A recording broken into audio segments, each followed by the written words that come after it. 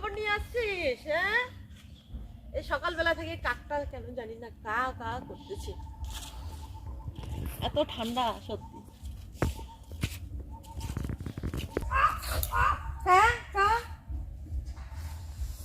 ঠান্ডা লাগছে, কাগজগুলোকে ঠান্ডা লাগছে।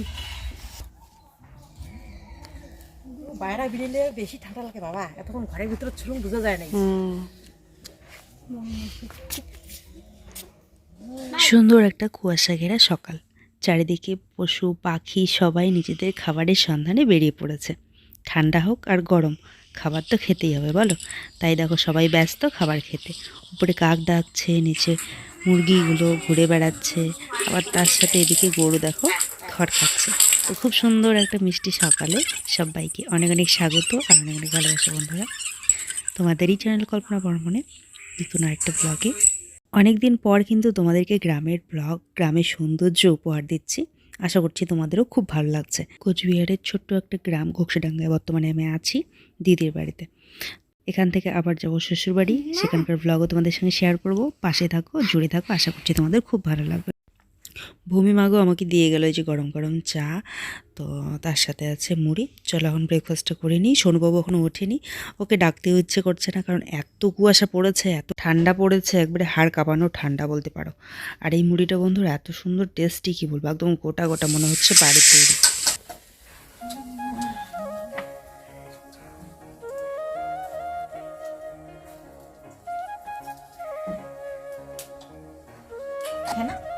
খায় তাহলে শরীরের জন্য আর কি, ওর জন্য এখানে রুটি হচ্ছে। আমরা ঠান্ডা ভাত খাবো, এখানে গরম করবো, বিরিয়ানি বানিয়ে খাবো।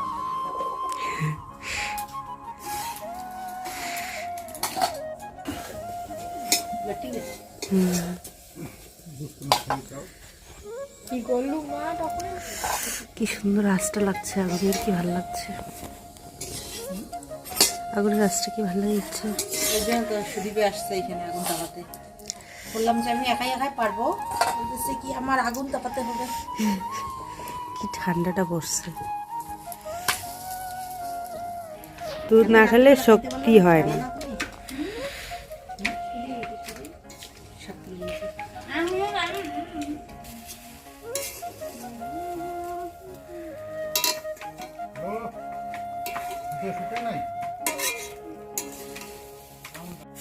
এই যে সকালবেলা এখন খাবো আমরা।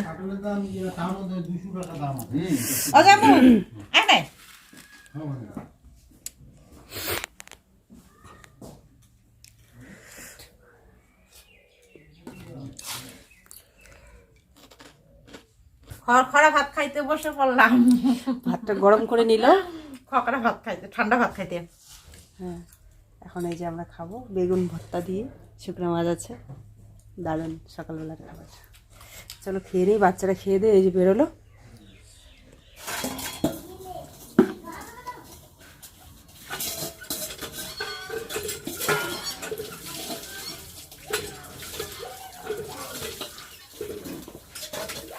তো দিদি ভাত ছিল, ভাতটা গরম করে নিয়েছে। আসলে ভাগ্নিরা কালকে খায়নি, দুজন ভাগ্নি খায়নি, দুইজন কি তিনজন, তো সেই জন্য ভাতটা বেঁচে গেছিলো। তো ওইটাকে গরম করে এই যে বেগুন ভর্তা, ডাল, কী যেন আরও ছিল, ওটা দিয়ে খেয়ে নিলাম। খেয়ে দিয়ে এখন বাসনগুলো দিদি মেজে নিচ্ছে, আমি ধুয়ে নিচ্ছি। তো চলো বাসনগুলো ধোয়া হয়ে যাক।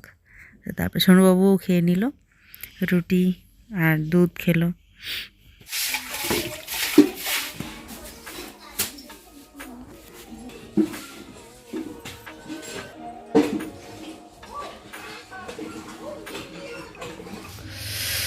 বড় মাগো ওই যে শাক তুলে নিয়ে এসছে। কি বাড়ি থেকে আনলো মাগো? ভুট্টা বাড়ি। ভুট্টা বাড়ি, শস্য ক্ষেত, মানে ভুট্টা ক্ষেত আমরা বাড়ি বলি, ঠিক আছে। একজন বলছিল বাড়ি নয় ক্ষেত, আরেকদিন আগে। ভুট্টা ক্ষেত, শস্য ক্ষেত থেকে নিয়ে এসছে। দেখো এখানে ক্ষেতের মধ্যে এই যে শাক ফ্রিতে পাওয়া যায়, এই শাকগুলোই আমরা কিনে কিনে ওখানে খাই। এখানে হচ্ছে তোমার 10 টাকার শাক এটুক, এখানে 20 টাকা 25 টাকার শাক তুলে নিয়ে আসছে ও ফ্রিতে। 20-25 টাকার শাকতুলি আসছে ফ্রিতে। ধনিয়াটা কি সুন্দর।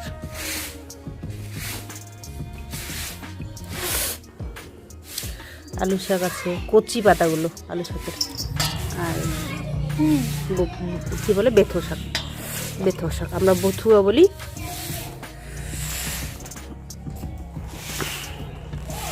কলকাতার ভাষায় বেথো শাক। খাওয়া দাওয়া আমাদের হয়ে গেল। এবারে হচ্ছে স্নান করব। স্নান করে দিদিকে তাহলে একটু রান্নার কাজে হেল্প করতে পারবো স্নান করলে। আর তাড়াতাড়ি কাজ কমপ্লিট করে যদি সময় হয় তাহলে আজকে সারপ্রাইজটা ওয়েট করছে তোমাদের জন্য।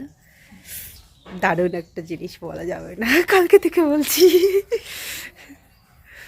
মনে বড় স্বাদ যে গেছে, সেই স্বাদ পূরণ করব। ওই যে বড় ভাগ্নি আর আমি।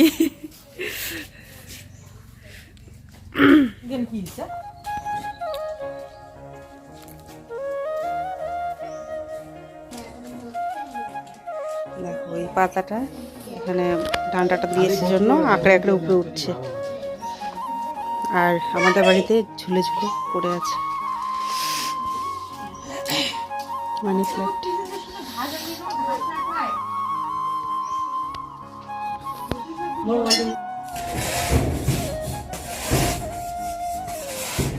দেখো দিদি মুছে টুচ্ছে কি সুন্দর করে রাখলো। এদিকটাও মুছেছে।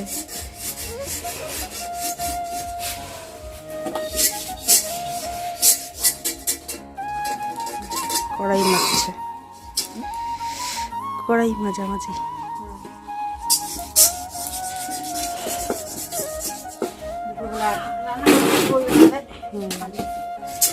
কি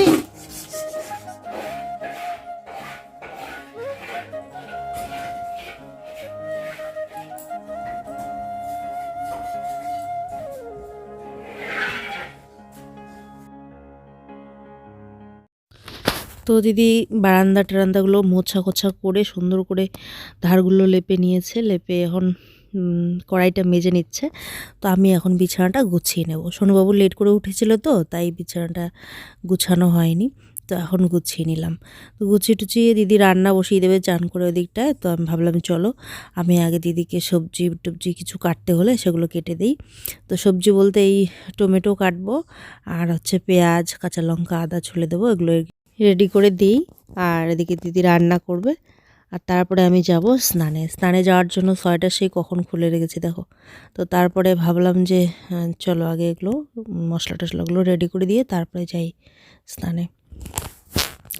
আর জামাইবাবুরা আজকে এই যে একটু কাজ বাকি আছে, একটু না অনেকটাই কাজ বাকি আছে। তো তার মধ্যে ঘরের ভেতরে একটুখানি প্লাস্টার বাকি, তো সেটাই করছে আর কি।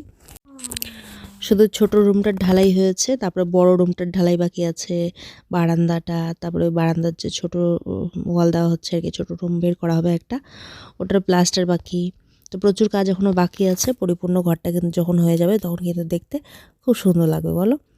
আর আমারটাও ভীষণ ভালো লাগছে। আমি তো ভাগ্নিদেরকে বলছি, যে বড় ভাগ্নিকে বলছি যে ছোট রুমটায় যদি তোর রুম হয় তো ওখানে একটা ছোট করে বিছানা ঢুকাবি, একটা ছোট টেবিল যদি না ঢোকে তাহলে একটা তাক লাগিয়ে ওখানে বই টুই রাখবি, সাজিয়ে দিকে থাকতে পারবি। মানে কেন জানি না আমারও ভীষণ খুশি লাগছে। আসলে কি বলতো, যে কোনো মানে নিজেদের নতুন ঘর হলে পরে ভীষণ খুশি লাগে।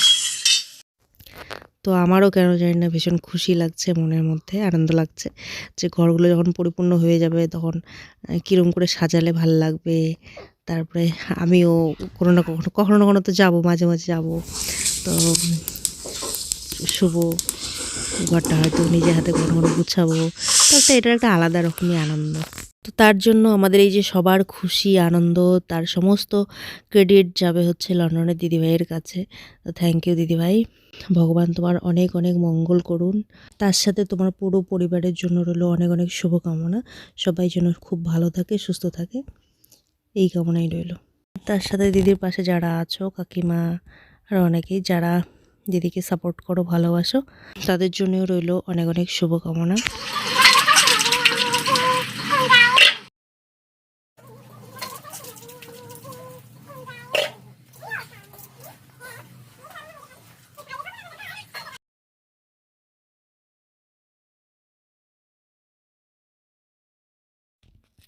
সোনু বাবাকে স্নান করিয়ে দিলাম, এখন এই তেল টেল মালিশ করে জামা প্যান্ট পরিয়ে ঠান্ডা কেটে যায়। মানে যেহেতু তেলটা মোটা তো শরীরে এটা একটা প্রলেপের মতো কাজ করে, ঠান্ডা কিন্তু কম লাগে। তো এই ঠান্ডার দিনে সর্ষের তেল কিন্তু আমরা মাথায়ও লাগাতে পারি। ভাবছি একটা তেল বানাবো, অনিয়ন অয়েল। তো সেটা বানালে অবশ্যই তোমাদের সঙ্গে শেয়ার করব। এখান থেকে গিয়ে বানাবো, কারণ প্রচুর হেয়ার ফল হয়ে গেছে, এখন একটু কমেছে যদিও, কিন্তু তারপরেও চুলের একদম 12টা বেজে গেছে আমার হেয়ার ফল হতে হতে। তো ভাবছি এবার একটু কেয়ার করতে। চান করিয়ে তেল টেল মালিশ করে জামা প্যান্ট পরিয়ে দিলাম। কেমন ফুটু ফুটু মারে দেখা। আমি আরেকটু মুজা পড়ান না। দুইটাই পড়াইছি, দেখ চোখ দিয়ে দেখে বলে না। কই এটা কি? ও এটা পড়লে তুই মোবাইল ঘাটতে পাবি, মোবাইল ঘাটতে পাবি। চলো ভাত খাও। চল, ওটা মুখে ঢুকায় না জামাটা। আর কই বসবা? এখনই বসবো। কোথায় বসবো? ওই যে ওদিকে। কোনখানে? এখানে? এখানে?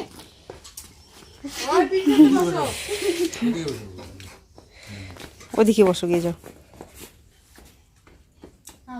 বসো।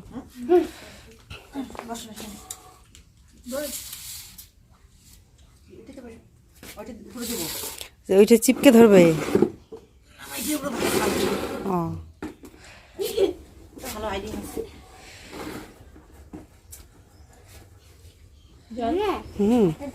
আসো। ইউ খাই, বেটা খাই।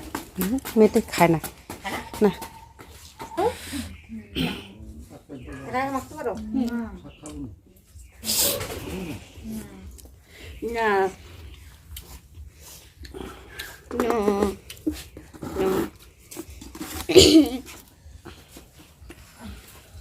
ডাল দেবো? ডাল বললে যে খাওয়া, এখানে রাখলাম, যদি লাগে তা নিও। হ্যাঁ,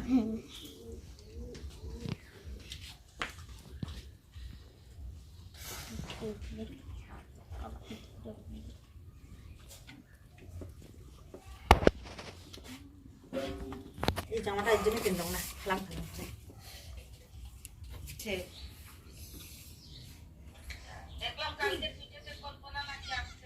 হ্যাঁ হ্যাঁ আসছে। আর ডাল, চিকেন, তারপরে দিদিদের এই যে শাক। নতুন ঘর হয়েছে আজকে, নতুন এই পার্টটা আর কি হলো আজকে। আরো তোমাদের এখানে হয়? এদিকে একটা ছোট রুম হবে, এদিকে একটা বড় রুম, আর বারান্দায় একটা ছোট রুম।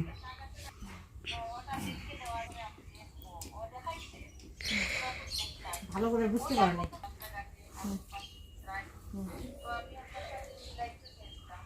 তো শুনতে পাচ্ছ, লন্ডনের দিদিভাই ফোন করেছে, আর ভিডিওতে দেখেছিল আমি এসেছি, তো সেই জন্য আজকে একদম সকাল সকাল ফোন করেছে।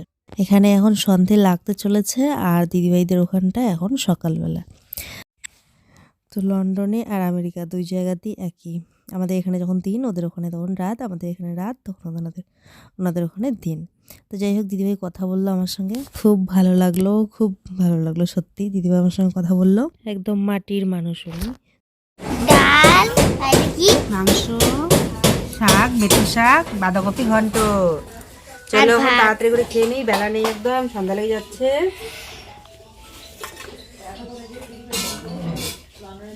শোনো খেয়ে নিয়েছে, কেমন হয়েছে? শুভ সন্ধ্যা বন্ধুরা। তো দিদি একটু লাইভে এসেছিল, তো লাইভে কিছুক্ষণ ছিলাম, তারপরে এখন এই যে চা খাচ্ছি। চলো চাটা খেয়ে নিই, চাটা খেয়ে দেখি এক জায়গায় যাওয়ার কথা আছে, যদি যাই তো অবশ্যই শেয়ার করব। তো আমরা রেডি হয়ে গেছি, এখন একটু যাব বাজারের দিকে। তো চলো, গেলেই বুঝতে পারবে যে কি হতে চলেছে আজকে আমাদের সাথে। তো আমি এই যে প্যান্টটা পরে এসেছিলাম ওই প্যান্টটাই আছে আমার, ঠান্ডার দিন ওই প্যান্টটা আমি পরে এসেছি। আর উপরে শুধু ভাগ্নের একটা এই যে একটা পরে নিয়েছি টপ পরে নিয়েছি, কারণ ভাগ্নে কুর্তিগুলো আমার টাইট হবে। টপটা হয়ে গেল তাই টপটা পরে নিলাম, আর এই যে দিদির জ্যাকেটটা পরে নিয়েছি উপরে, ব্যাস।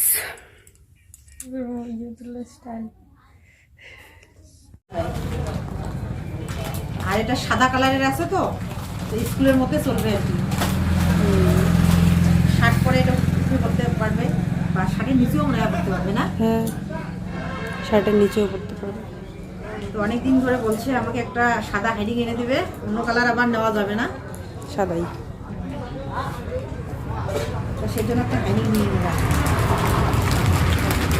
আর কিছু নেবো না এবার। এই যে হ্যাঁ হ্যাঁ হ্যাঁ, তো এই যে কাজের জন্য আসলাম আমরা, সেই কাজটা হলো না, সেই দোকানটা বন্ধ। তো নাম্বারটা এখানে দোকানে আছে, তো চলো নাম্বারটা নিয়ে কালকে দেখি কি করা যায়। সকালবেলা 25 টাকা।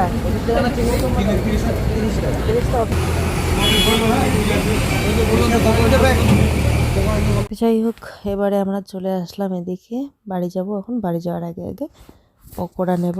তো দিদি নেবে হচ্ছে বাঁধাকপি মুসুর ডালের পকোড়া আর হচ্ছে ব্রেড পকোড়া।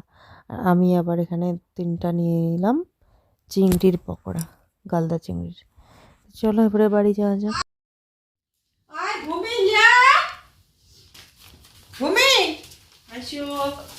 আমরা আসি তো বন্ধুরা, চলে আসলাম আমরা বাজার থেকে। আর দিদির তো দরকার ছাড়া হলো, আর আমরা যে উদ্দেশ্য নিয়ে গেছিলাম সেটা হলো না। তো এখন আর বলছি না, ওই যে যতক্ষণ না হয় সাকসেস ততক্ষণ নাকি মনে ইচ্ছা বলা উচিত না, নাহলে আবার হবে না পরে।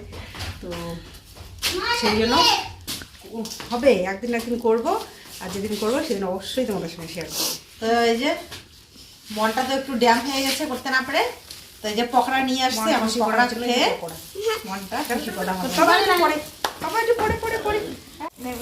আজকে হচ্ছে আমরা এই যে জলের পোকা খাবো। জলের পোকা 3টা আনা হয়েছে। হ্যাঁ, আর এখানটায় হচ্ছে কিসের পকোড়া, অনেকদিন ধরে দেখি কিন্তু খাওয়া হয়নি এখনো কোনো দিন। কিসের পকোড়া জানো? এখানে বাঁধাকপির পকোড়া, মসুর ডাল আর বাঁধাকপি আর মুসুর ডাল মিক্স, আর এটা হচ্ছে এই যে ব্রেড পকোড়া। মামা আমাকে দাও।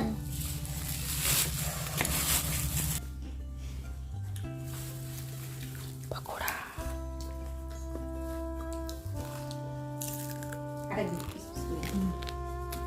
দোকানের বড়ার মজাই আলাদা। ঠান্ডা হয়ে গেল, আয় আয় আয় ভূমি। তুমি কি খায়?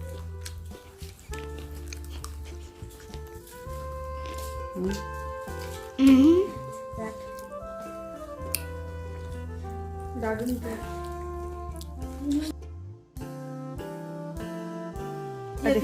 মামা আমার তো লাগতেছে চিংড়ি মাছটা।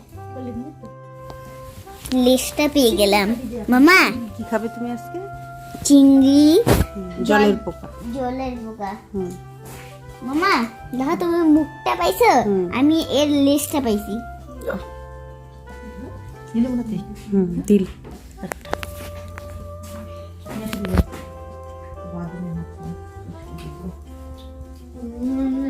তো আজকে এই যে আমরা খাচ্ছি জলের পোকা বন্ধুরা, অনেকদিন থেকে আমারও ইচ্ছে ছিল, দিদিরও ইচ্ছে ছিল, তাই আজকে ট্রাই করেই ফেললাম। দারুণ লাগলো খেতে, কিন্তু এর চেয়েও আমার কেন জানি না ব্রেড পকোড়াটা বেশি টেস্টি লাগে, তবে এটা মন্দ নয়, বেশ ভালোই লাগে। আর গলদা চিংড়ির হচ্ছে যে মালাইকারি হয়, সেটা মানে বাড়িতে বানিয়ে খাওয়ার ইচ্ছে একটা আছে, এখনও খাইনি, তো অবশ্যই ঘন ট্রাই করব।